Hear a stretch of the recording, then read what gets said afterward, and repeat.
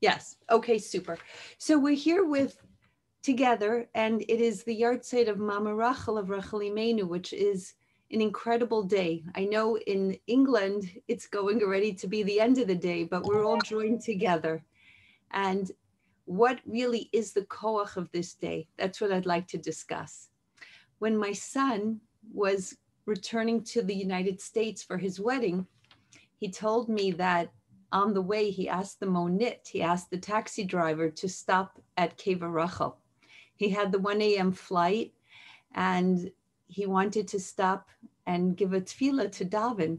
So he pulled up with the taxi. It was late at night. It was very dark. And the chayal said, Sagur, Asur, it's closed. You can't come in. And my son tried again and he said, please, I just want to go in for a few minutes and say tefillah by Mama Rachel, by Keva Rachel. So the chayal again said, Asur, Zasagur, Iefshar, it's impossible. My son said, Avalani chatan, but I'm getting married. I'm coming home now. I'm going back for my chatuna. And before I go, I want to just give one tefillah to Mama Rachel by Keva Rachel. The chayal said, why didn't you tell me? Bivadai, of course, for a chatan, of course you can come. Come. And he brought him in. He opened up the gates. My son went to daven and then returned to the States for his wedding. What is it that we want so much to come to Mama Rachel, to Keva Rachel, and to daven? You can go any time of the year. You can go any time of the day. Of course, now there's COVID and it's so tragic and sad. But Keva Rachel has always been filled with women, all types of women, all ages of women, women from all over the world. And what is that koach? What is the koach of Mama Rachel? Because if we could figure that out, that is our koach too. And then we can plug into the koach that Mama Rochel, that Rochel Imenu gave to every single one of us women listening today. So we know, and we spoke about this when we spoke about the strength of Jewish women, that before Yaakov Avinu left this world, he had to speak to his son Yosef. He was very, very ill. He called Yosef in, and he knew that he had to tell him and explain to him, how is it that I'm asking you to take me for kavura, for burial, back to Hebron, to Me'arat HaMachpelah, and your mother, my wife, Rachel Imenu, she's left at the side of the road. Yaakov Avinu never took her to Me'arat HaMachpelah. Yaakov Avinu never took her to Hebron. So Yaakov Avinu has a conversation that has lasted until today with his son, with Yosef, and the conversation is really for us until today. The Ani and I, the Voi me Padan, when I came from Padan, Mesa alai Rachel, your mother, my wife, she died on me, baderech, on the road. Do you understand, Yosef? Yaakov Avinu said, I had no idea. This was unbelievable. This was not supposed to happen. Your mother was about to give birth. Mesa alai, and she died on me, baderech, on the road. And yes, I buried her on the road. And I will explain to you why. Because in generations to come, our children are going to be in Eretz Yisrael. There will be coming a time that there will be a churban Beit HaMikdash, the destruction of the house of Hashem that is beyond anything that you and I can imagine. And when our children, Am Yisrael, are going to be led out of Yerushalayim in chains, they're going to have the smoke and the fire of the Beit HaMikdash burning in their eyes. Their footsteps are going to be bloody footprints in the sand. They are going to wonder to themselves, is Hashem divorcing us? I mean, is this the end of Am Yisrael? Is this the end of Eretz Yisrael? Are we ever going to come back? Are we ever going to come home? Are we still the nation of HaKadosh Baruch Hu, of Hashem? And then they're going to come up and see an incredible sight with all of their tears and with all of their pain and with all of their suffering and hopelessness, they're going to see a place of hope. They're going to see Keva Rochel, the resting place of Rochel Imenu. And when they see that resting place, they're going to know we are still Am Hashem. We are still Hashem's children. And we have a mama. We have a mommy. We have a mother. We have Rochel Imenu. She has never forsaken us. She has never forgotten us. So Yaakov Avinu said to Yosef, it's not my wife. It's not your mother. It's the mother of the Am Yisrael, of the Jewish people. Rochel Imenu is the mother of hope, of life, of the connection between us and Hashem, of forgiveness, of slicha and mechila. Because what was happening in Shemayim at that time? Avram Avinu went up to Shemayim when he heard the cries of Yirmiyahu Hanavi, who was screaming out when he saw the Churban, and he said, Avos, Imahos, fathers, mothers, do something. So Avram Avinu went up to Shemayim and he said, Ribonu Shalom, master of this universe, Hashem, you said to me, Kachna es bincha es yechidcha, take your son, your one son, your only son, the one that you love, and sacrifice him. Hashem, I was willing to do that. I was willing to sacrifice. Please, for the sake of my mesiras nefesh, for the sake of my sacrifice, forgive our children, forgive my children. But there was silence. And then came Yitzchak Avinu, and Yitzchak Avinu said, Hashem, when it was my place to be a karban, when my father Avram said to me that he's going to tie me, that he's going to bind me, I put my hands together and I said, tighter, tighter, Abba, tighter. I was so ready to sacrifice my life for you, Hashem. So for the sake of my mesiras nefesh, of my sacrifice, please, Hashem, forgive my children. And there was silence. And then came Yaakov Avinu, and Yaakov Avinu said, Ribonu Shalom, master of this universe, I suffered so much in my life.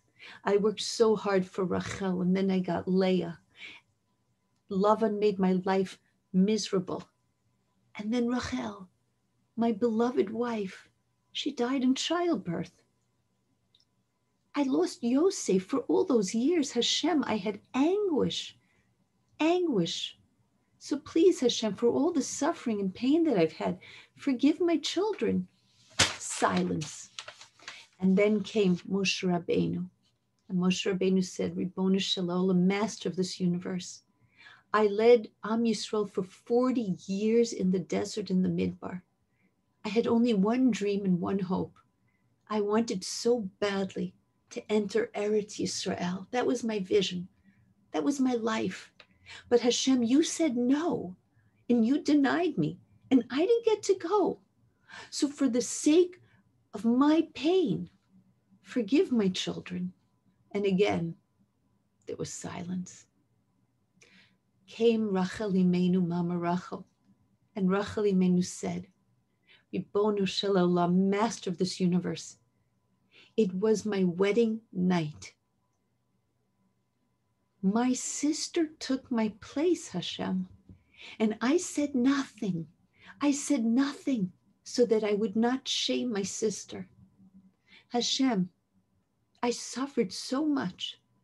For the sake of my silence, for the sake of my suffering, for the sake that I did not embarrass my sister, Hashem, please forgive my children. And finally, the rachamim, the compassion, the mercy in Shemayim was aroused, was awakened.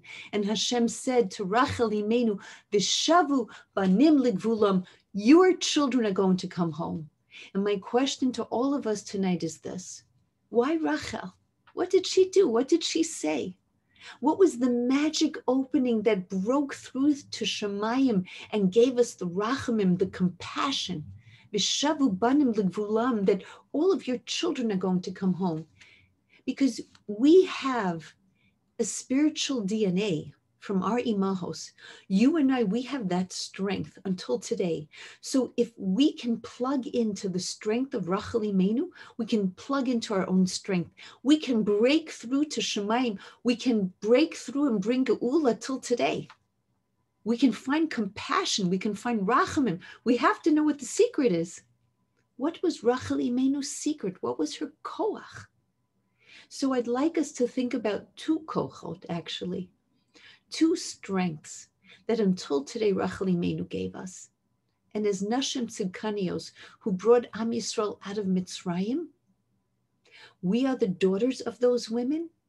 And it is said that the Nashim Tzidkanios, the righteous women, are the ones who are going to bring the final Geula. So we have to know how to break through. We have to know how to reach HaKadosh Baruch Hu. We have to know how to bring Geula and Yeshua and Refuah, especially in these times of challenge and pain. What was her koach? The first koach of Rachel Imenu was the koach of shtika, silence, to be quiet. Rachel Imenu said, Hashem, I could have said, this is not right.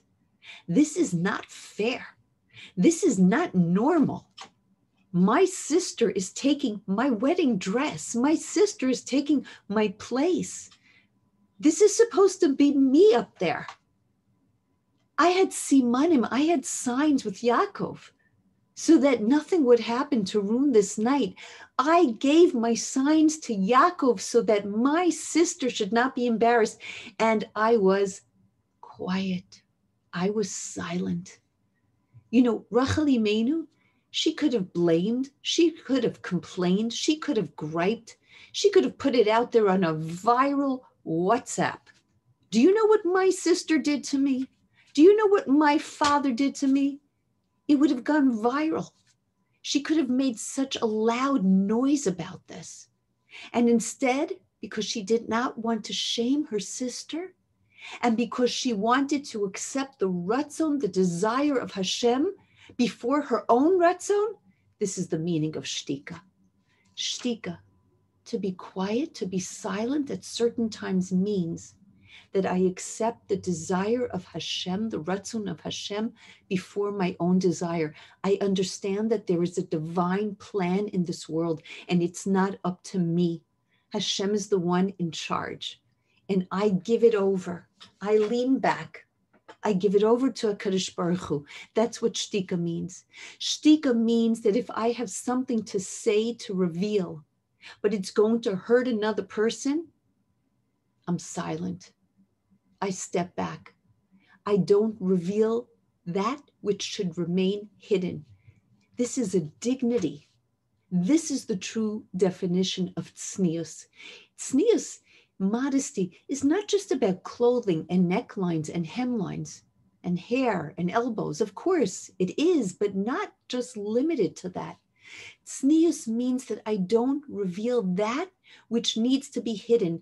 I don't make a viral post on social media of something that should be very private.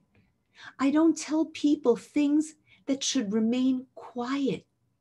I don't go making a loud noise about my life, because the bracha, the blessings of life remain in that which is hidden. There is a dignity, there's a tznius, there's a silence, and I know when to be quiet, because just as important as it is to speak, it's sometimes just as important to remain silent and quiet.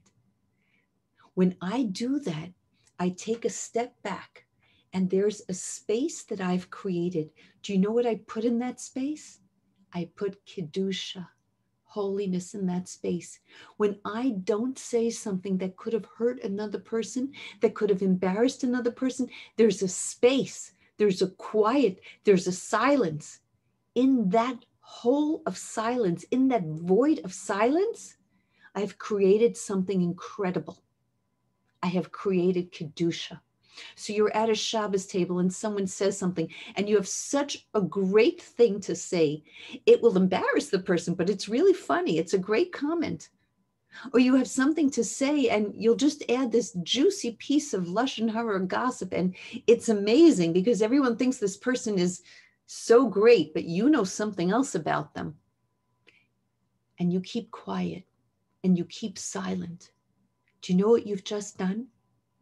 You've walked in the footsteps of Rochel Imenu. You have created a void, and in that void of silence, of shtika, you've put something beautiful, exquisite, gorgeous. And that is kedusha, that is holiness, that is zechus. You have a photo, you have a picture, you have something that's really funny, but it's compromising to another person and it will hurt another person. Instead of forwarding it, you're about to push send, but instead of pushing send, you take your hand away and you delete. Do you know what you've just done? You've created kedusha. You've created something that is so holy in this world.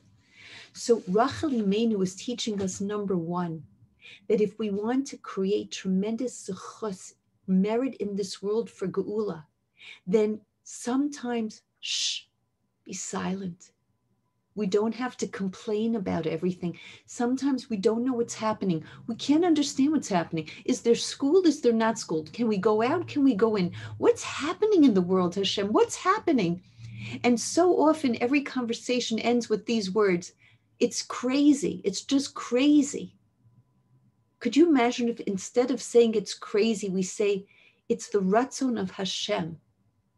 It's what Hashem wants, and we are mikabel. Do you know what we've done at that time?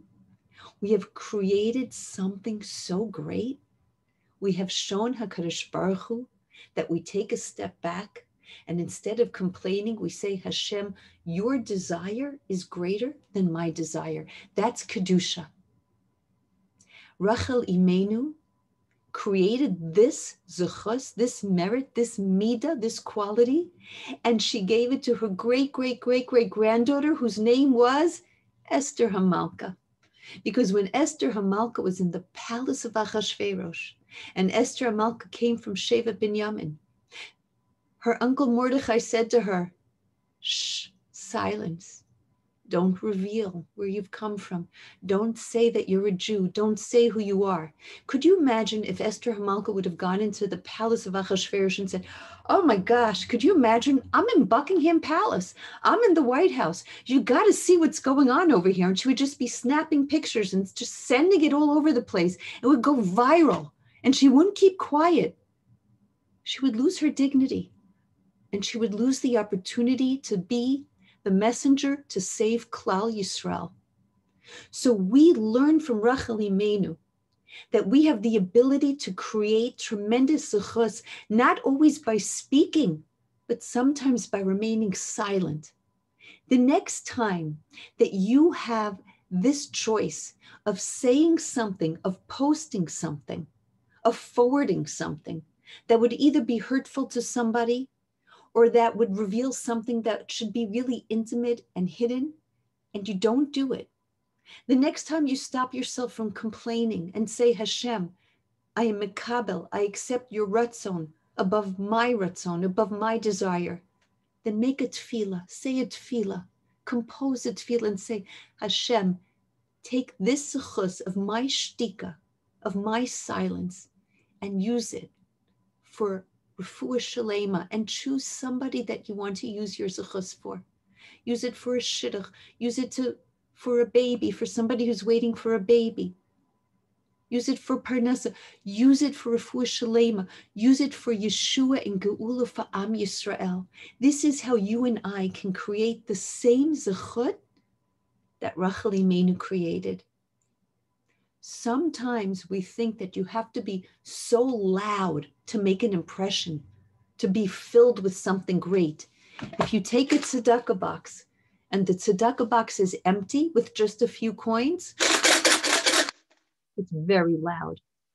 If the tzedakah box would be full, you wouldn't hear one coin. And you see the difference? When you are full of yourself, you make a lot of noise. When you have the midah of shtika, it means that you have a dignity, you have a graciousness, you have a tznius, you have a modesty, you have a zechus that fills up the entire room, that fills up the world. So that's number one. And that is the zuchlis of shtika, the koach, the power of shtika. The second power that Rochel Imeinu gave us was the power of her dima'ot, of her tears. The Navi tells us, Kol barama nishma, a voice is heard up high. Nihi bechi samrim, it is such a bitter cry. Rochel mivaka al banel, it's Rochel and she's crying for her children. Me analihi nachim, there's nobody to comfort her. Al baneha ki einenu, for her children, because they're just not here. Notice that the pasuk doesn't say, and the Navi doesn't say, Rochel mitpalelet al baneha. Rochel is davening for her children. Of course she was davening. Of course she's davening. But she's mivaka, she's crying. That means that there is a koach, that there is a power to tears, that as women, we have that koach because women cry easily. And that's not a bad thing. It's not a bad thing. It's a koach that we have. What are tears, my friends? Rav Shamshin Raphael Hirsch teaches us something incredible. Tears, listen carefully, tears are the sweat of the neshama of the soul. When you go to a gym, how do you know if you had a good workout? You come out and you're sweating. If you didn't have a good workout, you come out and there's not a piece of sweat, not a drop of sweat on your forehead, right? That was not a good workout. You were just sitting and drinking and maybe moving a little like this, but that's not a workout. When you cry, that means that your neshama, your soul is alive. That means your neshama, your soul is open, and your neshama is having an incredible workout. So Rochel Imeinu was not just composing a tefillah, was not just davening, was not just pleading. Rochel Imeinu mivaka, Rochel Imeinu is crying for her children. Her tears means that she's giving us the koach, the power of crying, of dima'ot. So now we have to ask ourselves, it's written that shar dima'ot lo ninalu, the gates of tears are never ever closed. If the gates of tears are never closed, why does Hashem have to put gates on the koach of Shemayim anyway? If the gates of tears are never closed, then why must there be gates? There shouldn't be any gates. Listen carefully. We cry as women, but what do we cry for? If we cry for a pair of shoes, if we cry for a vacation, if we cry for a better kitchen, if we cry for things, if we cry over a test mark, if we cry over little things, for these tears, shar dima'ot, the gates of tears are closed. When was the last time that we cried for the pain of another? When was the last time that we cried because we know that somebody is hurting, waiting for a child, waiting for parnasa, waiting for refuah shalema, somebody who's sitting at home now so lonely from COVID, all by themselves every Shabbos, not being able to hug a grandchild, a child. When do we cry for the pain of another? When do we cry for the pain of Yerushalayim? Eicha yashva badad. How Yerushalayim sits alone because there's churban, there's destruction, and the Beis Hamikdash is no more. When was the last time we cried for the pain of HaKadosh Baruch Hu, the pain of Hashem, who lost his beautiful and magnificent home? When was the last time we cried for Hashem's children, the thousands and thousands of children who have no idea what it means to be the child of HaKadosh Baruch Hu, to be part of this incredible nation? Do we ever feel the pain of another, or do we just cry for ourselves? To open the gates of tears, we have to cry for another. And we have to use our tears well for things that count in life. Zakeni legadel banim. We cry for our children, for the children of Am Yisrael. Real tears. And for these tears, Hashem listens to every single neshama. Every single tear counts. never ever think that there is a voice, that there is a tear, that there is a dima that does not count. Rochel mivaka, even today, right now, as we speak in 2020, Rachel Imenu is crying. It doesn't say in the pasuk that Rachel cried. Rachel mivaka, she doesn't sleep, she doesn't rest until every single child of Am Yisrael comes home. Ki einena ein. They're just not Hashem. The children are just not where they should be. Hashem, we have so much pain. We're going through so much now. Ein, it's not what we want. Ayin, we're in a place of zero. May ayin yavo Ezri. Hashem, we're in ground zero. Please, HaKadosh Baruch Hu, pick us up. So on this day of Mama Rachel's yahrzeit, we have to think how to use our tears to bring geula. And yes, you and I can do this. Because what does Hashem say to Rachel Imenu? Mini kolech mi bechi ve'nayich mi dima. Cease your weeping. Wipe your tears. Rachel Imenu, stop crying. But Rachel Mevaka, she doesn't stop. She does not rest. And again, this is the koach that Rachel Imenu gives us until today. I know I've mentioned this to you, but at this point, I want to mention it again because it's so beautiful. Rachel mevakal baneha. Rachel teaches us how to cry, how to have the koach not to sleep or rest. I know in England right now, it's much later, and you're not going to sleep because the neshamas are open. We want to study together. We want to learn together. We want to know how to bring geula together. We want to know how to plug into the koach of Rachel Imenu together. So I had a babi, my baba Chayes Sarah, my father's mother. And before she was taken away to Auschwitz, her beautiful son, Yosef Dov, her eldest, was taken away because first, before they took everyone else away, they took the strongest and the best of our sons.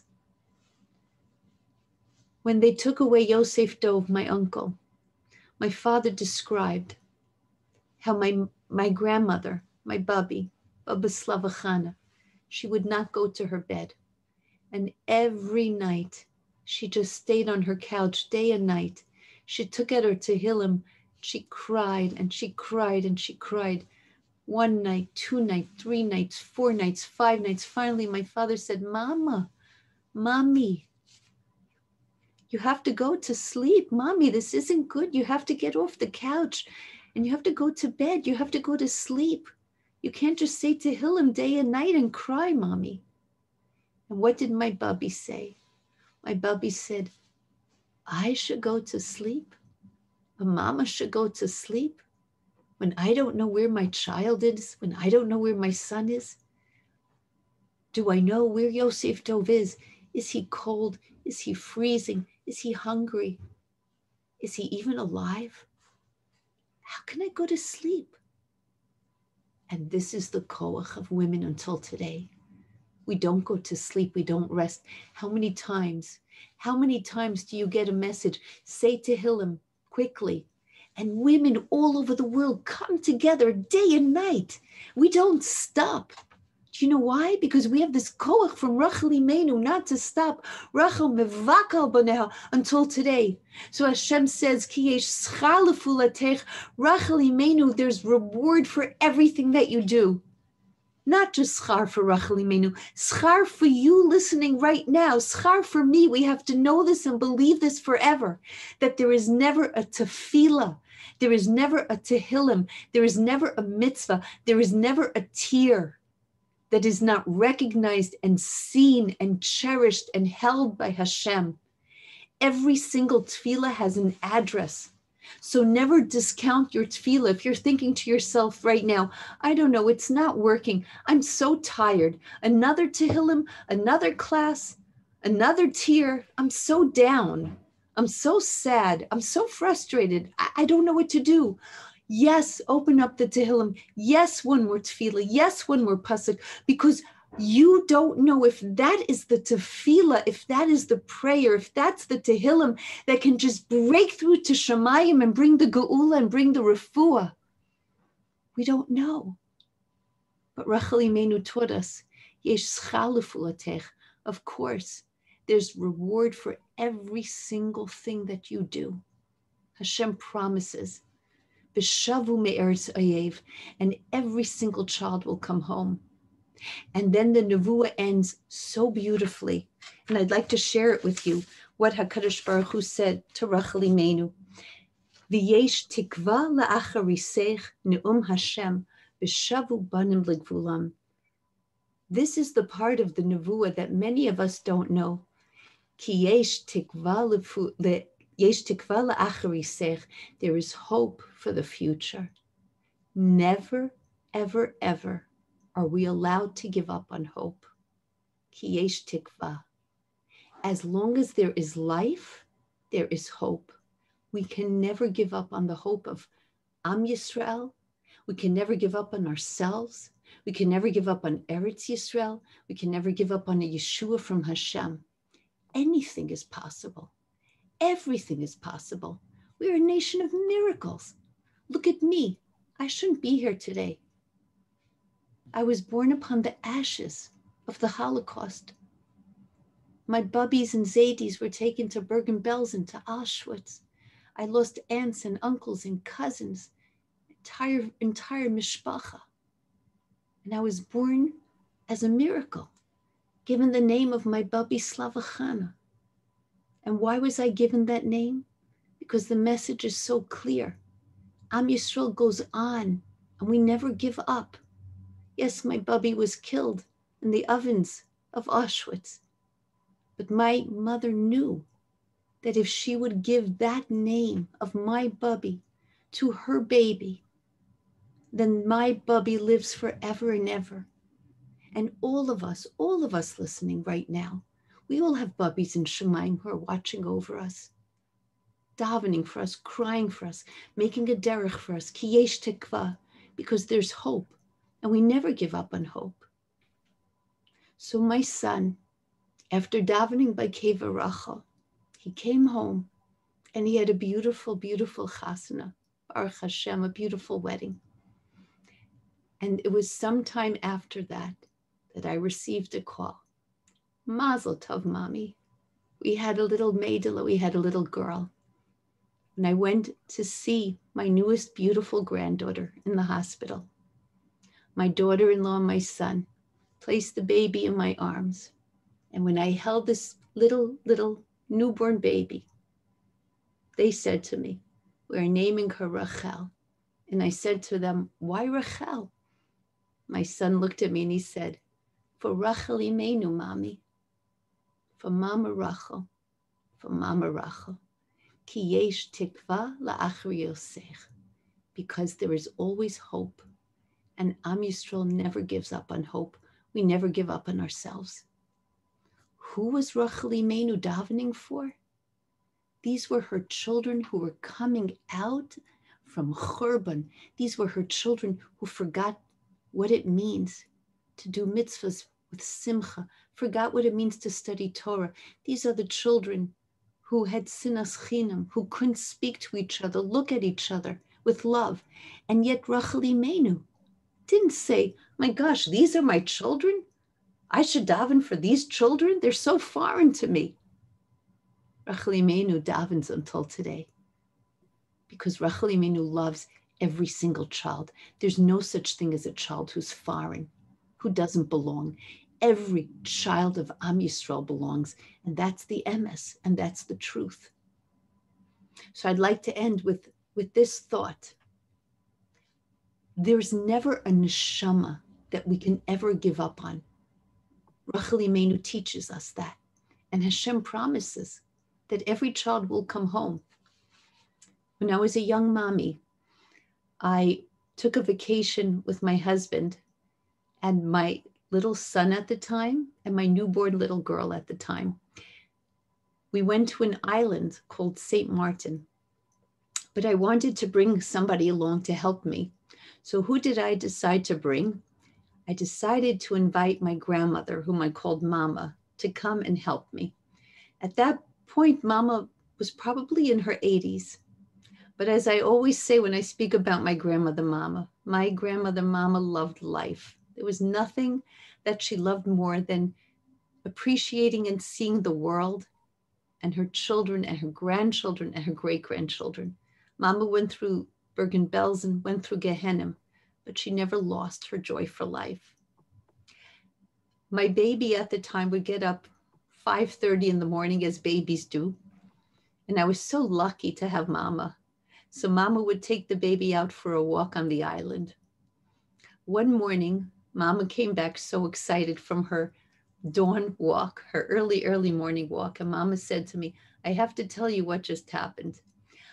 Whenever Mama would be walking or holding one of the babies, Mama would always sing a Yiddish lullaby that she had from her Mama, from her mother, from her grandmother. And in fact, when I'm holding my grandchildren, Baruch Hashem, I sing the same lullaby. Shluffy, shluffy, Mädela, sleep, sleep, my little girl. Torah vetter lernen. You're going to study Torah. A grace tzadekes vetter werden. You're going to become a great righteous woman. And if it's a little boy, we say, a grace tzaddik. You're going to become a great righteous boy. So girl or boy, we always have Mama's lullaby for us. Mama said she was singing her Yiddish lullaby to my little baby. And there is a 6-foot guy jogging along the path right behind her with a woman. And he stops Mama. He stops my grandmother and he says, excuse me, are you singing a Yiddish lullaby? And my Mama, my grandmother said, yes. And he said, I can't believe it. I didn't hear that lullaby for 20 years. My bubby used to sing that to me. Can you sing that lullaby to me? And my Mama started to laugh. And she said, only on one condition, that you call me Mama. So again, this jogger, this 6-foot jogger said, Mama, can you sing my bubby's lullaby to me? And the woman he was jogging with said, oh, this is ridiculous. You're asking this lady to sing a lullaby for you? And this young man turned to Mom and he said, she's not Jewish, but I will never forget my bubby's lullaby. She won't understand, but I do. Mama, can you sing me the lullaby? So Mama sang the lullaby. And she told me that as she sang, this young man started to cry, because that's the neshama, that's the soul that never dies. I don't know what happened to him, but I do know this, that something inside of him was sparked and ignited, because we remember that tears are the sweat of the neshama of the soul, and we never give up on neshama. So I ask you all, now that we are coming from the yahrzeit of Mama Rochel, that we women use the koach of shtika that we have as a zechus for Am Yisrael to bring geula. That we use our tears, we use our demaot, not for ourselves, not for small things, but for each other. Choose one person, and tonight, daven for another. Show Hashem that we care and we love each other. I wish you all, and us all, and Am Yisrael, geula and Yeshua and bracha, and I thank you so much for inviting me.